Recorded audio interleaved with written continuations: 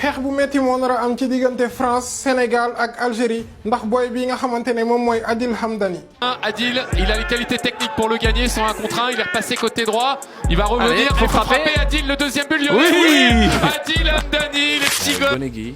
li muy xees lépp moom la sunu dirigeant yi bëgg foqati indi ko équipe nationale Sénégal ñu naan ko Adil Hamdani. Peut-être que maintenant que Pape Thiaw il est parti, on pourrait retrouver ce genre d'image entre les Marocains et les Sénégalais. Sénégalais yi mbaa xam ngeen ne Marocains yi commencé nañ campagne bi pour Achraf Hakimi jël ballon d'or bi. gars yi déggul leen vidéo bi. Ça c'est l'exemple parfait qui montre à quel point dans le football ça va très vite les gars. Pape Thiaw viré du Sénégal. Il y a quelques semaines d'ici, personne n'aurait cru ça. Personne n'aurait pu imaginer ça les gars. Et là aujourd'hui, c'est logique pour tout le monde. Et pourtant, c'est un très bon coach. Quand il reste sur le terrain en tout cas, Pape Thiaw, on peut le dire, tactiquement il est pas mauvais. Par contre, la communication elle est catastrophique. La gestion des émotions, elle est désastreuse. La gestion des joueurs parfois, la gestion des cadres, c'est aussi ce qui a été compliqué pour lui, c'est ce qui l'a peut-être un petit peu condamné par rapport à ça. Et c'est ça qui est, pour moi c'est ça qui est dommage. Et là où je trouve que pour moi, son passage à la tête de cette équipe du Sénégal, il peut lui poser des problèmes, c'est pas forcément sur l'aspect sportif. Parce que le bilan sportif est très positif. C'est ça qui est paradoxal. Le bilan sportif, c'est 0 défaite contre une équipe africaine. Les seules défaites qu'il fait, c'est que contre des grosses nations, des bonnes nations européennes ou américaines. Que ce soit contre la France, la Norvège, la Belgique, le Brésil et les États-Unis, les gars. C'est les 5 seules défaites sur 29 matchs de Pape Thiaw. Mais là, le problème, c'est que je pense que dans sa carrière,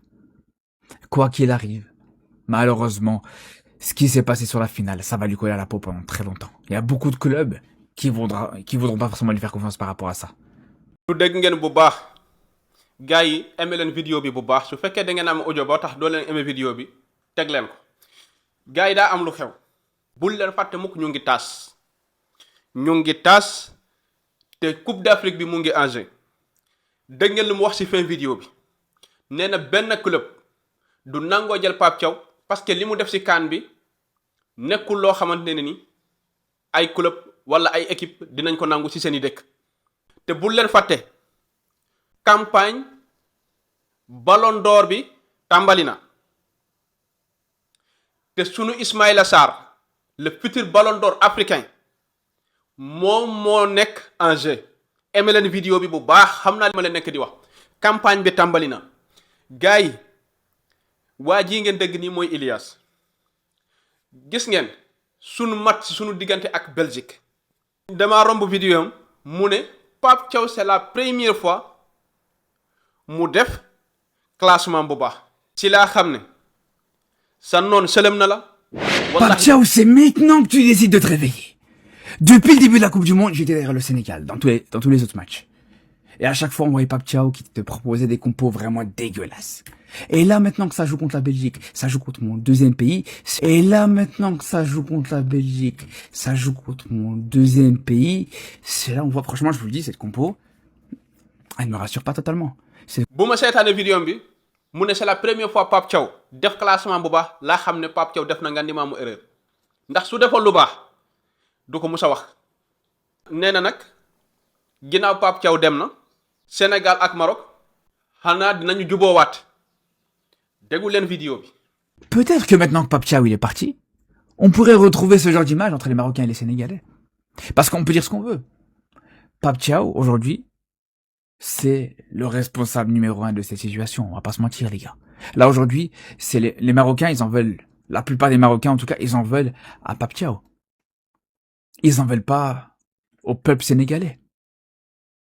Et si le peuple sénégalais en veut aux Marocains, c'est par rapport aux réactions des Marocains sur Pape Thiaw. Donc voilà, c'est peut-être un cercle vicieux par rapport à ça. Mais là, aujourd'hui, si on revient à ça, les gars, c'était il y a pas si longtemps que ça, c'était il y a quoi, il y a 1 an d'ici? À la fin d'un match de jeunes, où les Marocains et les Sénégalais se rassemblent pour faire une photo après un match, peut-être que c'est envisageable. Je pense que jusqu'au moment où Pape Thiaw a fait sa conférence de presse, avant la finale, la veille de la finale, pour rajouter un petit peu de l'huile sur le feu, en disant que voilà, il sentait que ces joueurs étaient en danger au Maroc, etc. Jusqu'à ce moment-là, je pense que les relations entre Marocains et Sénégalais étaient toujours optimales. Peut-être qu'elles peuvent le redevenir, et j'espère que ça va le faire. J'espère que ça va être le cas, les gars. ñun ñoo ko déggandoo nee na Pape Thiaw moo indi problème diggante Sénégal ak Maroc. man su ma amee lu may nawee Pape Thiaw en tant que sénégalais mooy lii mu def Maroc man su fekkee am na lu ma ko nawee rek loolu moo tax mu ne joueurs yi génn leen terrain bi déstabiliser naar yi ñu perte connaissance ñu door leen avec la manière man su fekkee am na lu ma ko nawee rek loolu laa ko nawee. na xel yi liggéey ñu ngi taas ak naar yi te kii musul wax lu baax ci Sénégal lii muy wax nii campagne de diabolisation la nekk bu la yaakaar def leen tàgg nii de déedéet bul leen déglu li mu wax déglu leen li mu bàyyi. gars yi instant yi dama bëgg ñëpp tàntal Ismaïla Sarr ñu commencé wax ISO Ballon d'Or ñu lancé ko mu commencé di jolli di jëm ca kaw parce que nii à l'instant où t'es égal 0 kenn gënu ko mérite Ballon d'Or. Sénégalais yi mbaa xam ngeen ne Marocains yi commencé nañ campagne bi pour Achraf Hakimi jël Ballon d'Or bi ñu ngi seetaan de benn doom lañ am mu Ismaïla Sarr est-ce que xam ngeen Ismaïla Sarr la moo ko mën a xeeñ Ballon d'Or bi mooy ñun ñu toog seetaan ko il faut que ñu def ay vidéo maanaam yokk ko doole yéegal niveau bi Ismaïla Sarr saison bu mu def waru koo rëcc Ballon d'Or bii nii waru koo rëcc dañoo war a am beneen jour bu jël li nga xamante ne nii moom mooy Ballon d'Or te Ismaïla Sarr la war a doon il faut que gars yi di partage vidéo yi di ko republier di yokk gars yi doole pour que Ballon d'Or bii nii Ismaïla Sarr jël ko. comme ni ngeen ko déggee nii nag campagne bi tàmbali na campagne pour Ismaïla Sarr futur Ballon d'Or de l'Afrique ñun ñoo war a jàppalante suñu biir suudante suñu biir suñu defee vidéo yu mel nii ngeen koy like di ko partager parce que nag lépp Sénégal la ak lépp lu munti xew Sénégal la bu ñu nangu mukk suñu problème intérieur parce que comme ni ngeen ko déggee sànq waa ji waxee ko Walid Regragui Marocains yi dàq nañ ko te ñun sénégalais yi suñu yoon nekku si mais lan moo tax ñu bëgg a impliqué si dàq bi nga xamante ni dàq nañ ko Pape Thiaw lii suñu problème biir néeg la lii problème biir néeg la yoonu kenn nekku si lijjanti wóoluñu kenn dara si suñu biir réew. xeex bu metti moo nar a am ci diggante France Sénégal ak Algérie ndax booy bi nga xamante ne moom mooy Adil Hamdani fi mu ne nag supporteru algérien ak sénégalais yu bëri ñoo nekk di waxtaan ci moom ndax ku ci nekk bëgg nga mu ñëw sa dëkk. bañ na sax ba gis nañ ay sénégalais yoo xamante ne ñoo ngi commencé mettre la pression fédération Sénégal ak Pape Thiaw pour ñu fexe teel a xëcc booy bi ndax gis nañ talent bu rëy ci moom. booy bi nag dafa teel a am talent ndax moom 17 ans la am moo ngi juddu le 21 janvier 2009 jeune tout frais la te li nga xamante ne gis nañ ko mu koy def ci terrain mën nañ wax que ni am na potentiel bu rëy pour egg fu sori te sénégalais yu bëri ñoom ñoo ngi wax que ni moom moo ngi def clin d'œil fédération Sénégal ndax gis nañ ko mu def ay story yoo xamante ne dafa concerné woon Sénégal ñun ñëpp gis nañ que ni sénégalais bu gisee dara bu ko intéressé da ciy dem ba jeex moo tax gars yi nañu fexe jàppale sénégalais yi commencé combat bi identifier waa fédération ngir ñu jëlil ñu pépite bii ni mel. kii mooy Adil Hamdani yaayam sénégalaise la baayam di algérien mu nekk boy bu am talent kon nag bu ñu nelaw Adil Hamdani campagne bi tàmbali na algérien commencé nañ ko xëcc France commencé na ko xëcc te it na Sénégal jóg fii nag la ñuy toog ba boy bi dem choisir beneen nationalité ñu ne daa bañoon yàgg nangam te moom bu ñëpp jógee di wax ñun ñoo ngi toog di nelaw li ñu dal ci yeneen joueurs yi bu ñu dal ci moom nañu jóg nag ñëwoon na Sénégal benn visite ci maamam mu nekkoon image bu rafet ndeysaan mu nekk boy tamit bu am talent. gars yi gone gi li muy xees lépp moom la sunu dirigeant yi bëgg foqati indi ko équipe nationale Sénégal ñu naan ko Adil Hamdani mu ngi noonu ay jamono nag ñu ngi doon dégg coow yu mel noonu ci talent bi booy bi ak mën football gi nga xam ne mu ngi ci moom mais nag am na possibilité football Algérie aussi am na possibilité dégg naa football Sénégal ci côté yaayam mu ngi noonu mu doon un jeune boo xam ne Lyon la nekk mais dafa mën a football loolu moom ñu ngi gis vidéo yi di circuler ci TikTok bi ak Instagram yeeg boo demee YouTube boo seetaanee ay vidéo da ngay gis talent bi ne ci moom capable na football numéro 10 ak excentré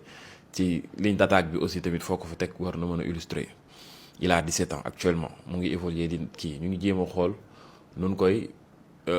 d'après xibaar yi ma jot ci match 360 gis naa ay yeneen médias yu bëri di ko dugal comme quoi que ni gone gi daal actuellement moom la sunu dirigeant yi visé ngir jéem a xool tegal ko projet mais booy lu ñu leen indi te teguñu leen ci condition yu baax amul sens loolu mooy wax ci booy lu leen indi te maanaam ñoom ñi leen indi maanaam doxuñu ci lu baax non dooru amati sens benn booy du amati fit ñëw benn booy du bëgg a ñëw waaw loolu mooy wax ci bu ñëwee tamit tawféex la nag gis nañ ne ko am talent la waaw mën a jaar ci petite catégorie bi ñu xam ba pare évoluer bu tojee ñu mën a ñëw ak moom pas à pas ba mu yéeg comme ni Marocains yi di def ak seeni jeunes joueurs bu dee saison bi di ñëw yéeg na Ligue 1 ak Lyon commencé toj waaw foofu mën na brûler sax les étapes ñoo rek équipe A waaw lu ne mën na ne. gars yi aimé leen vidéo bi loo leen man partagé leen ko ngeen wax ma seen xalaat ci commentaire bi. man maay premier Sénégalais bu taxaw wax Patrick Vieira xamul dara tanewul Pape Thiaw moom muy génn a dëgër lu fit quoi nee na au fond de moi je me sens sénégalais yow boo nekkoon sénégalais di nga ñëw football suñu équipe nationale Sénégal Patrick Vieira instant ni fédération bi maay dégg ñuy wax instant ni Pape Thiaw sax Patrick Vieira am na 80% pour nekk suñu équipe nationale Sénégal kii ni Genoa la nekkoon benn équipe italien la nekkoon dafa ay performance yu bon ñu licencié que xamul dara xamu ko moom ak Pape Thiaw 6 ak 9 la man moom bëgg mu jël suñu équipe nationale Sénégal quoi fédération bi ne xam naa yebewut nu population bi bay jox ki ni Patrick Vieira suñu équipe nationale. comme ni ngeen ko déggee léegi Patrick Vieira nee na xamul dara moom ak Pape Thiaw 6 ak 9 la d'accord man daal d'accorduma étranger déggu leen bu baax mooy nga nekk nit ku ñuul parce que nag dafa am ay tubaab yu ñuul am ay tubaab yu weex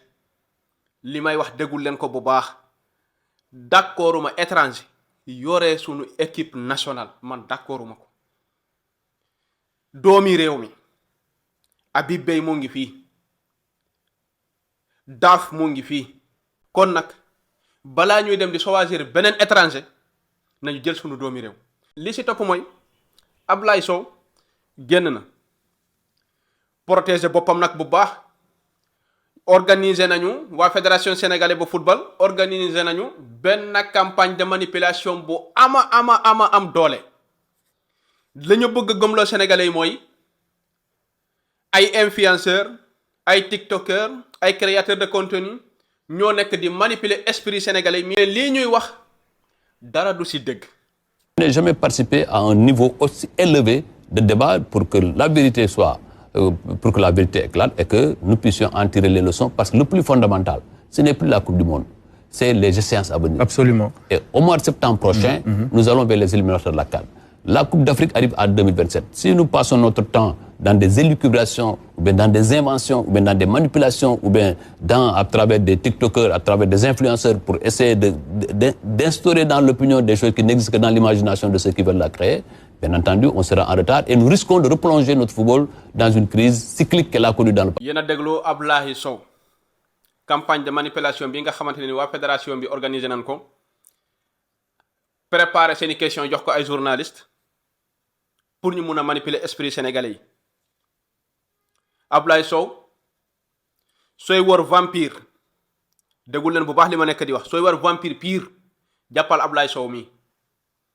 Ablaye Sow li ko bàyyi fédération sénégalaise bu football ba léegi. mais xam nga politicien fépp fu mu dul lekk du fa naanee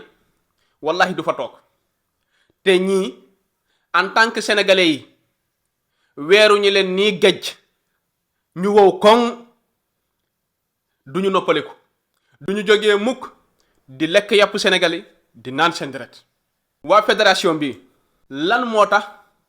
ñu bañ ku leen wax dëgg dàq nañu Pape Thiaw d'accord dàq nañu Pape Thiaw mais Pape Thiaw du moom moo demoon ci caga ji du moom moo demoon ci sangara si du moom moo jël billet supporteru sénégalais yi jox ko ay famille am ak ay àndandoo am ak ay seeni jegeñaale du Pape Thiaw moo ko def Pape Thiaw kóllëre la indi ci biir équipe bi te warul woon indi kóllëre ci biir équipe bi amul kóllëre performance moo fa nekk dangay man nga def mënoo nga toog mu indi fa kóllëre indi fa yaa ma neex ba yàq sunuy match loolu la ñuy approché Pape Thiaw mais Pape Thiaw deful li ngeen def yéen da ngeen jël contribuable sénégalais yi ñi nga xamante ni sénégalais yi seen dërëm ak seen ñaar dërëm moom lañ leen di fayee ba pare ngeen jël loo xamante ni moo leen ko ngeen lekk ko ngeen ne nag malgré contribuable sénégalais lañ leen di fay mais bu leen kenn ŋaññ mais ñun fekk ñu leen seen kër nday wala seen kër baay di leen ŋaññi. yéen a jiite ngeen jël si li ñu leen dénk ngeen si def lu leen neex ba pare ngeen ne doo leen si wax bu ñu waxee Ablaye Sow génne kanamu baraadaam bi teg ko si kanam écran bi naan non ay influenceur ay créateur de contenu ñoo nekk di manipuler sénégalais kenn manipuler wu leen te kenn du leen mun a manipuler su ñu amee ay influenceurs yu ñu fay am na ay sénégalais yoo xamante ni fay ñu leen te nag ñii ñu fay ak ñii ñu fayul mënuñu méngoo waxandoo benn kàddu te fu mu nekk nii sénégalais yépp ñoo waxandoo benn kàddu mooy mafia am na si biir fédération sénégalaise bu football te adduna bi yépp d'accord nañ ne mafia bi mu ngi foofu. te nag si mafia boobu Ablaye Sow mii mooy tête bi moom mooy tête bi d'accord nañu Ablaye Sow nee na ay manipulation la mais image yi génnoon taay yi ay footballeur sénégalais toog si stade bi di xamp mburu loolu manipulation la Ablaye Sow bul puub si kaw sénégalais yi.